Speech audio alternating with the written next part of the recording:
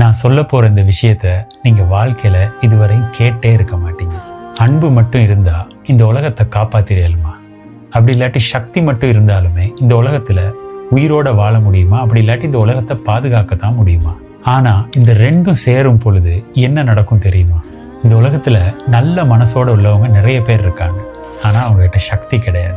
அதனாலதான் தவறு நடக்கிற நேரம் கூட அவங்க அமைதியாவே நிக்கிறாங்க.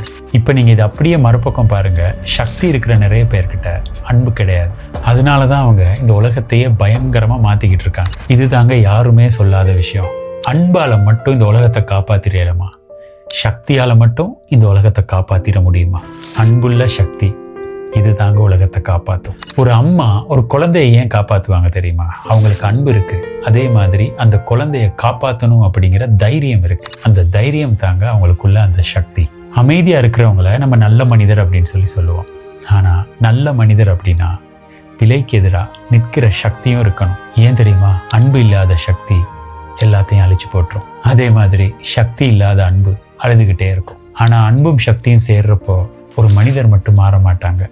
அவங்களுடைய குடும்பம் மாறும், இந்த சமூகம் மாறும், ஏன் இந்த உலகமே மாறும். அதனாலதான் சொல்றேன், இந்த உலகத்துக்கு நல்ல மனசு மட்டும் போதாதுங்க. இந்த உலகத்தை காக்கிற தைரியமான சக்தி கொண்ட மனசும் தேவை. அன்பு சக்தியோட சேர்ந்தால்தான் இந்த உலகம் பாதுகாக்கப்படும். அன்பு சக்தியோட சேர்ந்தால்தான் இந்த உலகம் பாதுகாக்கப்படும்.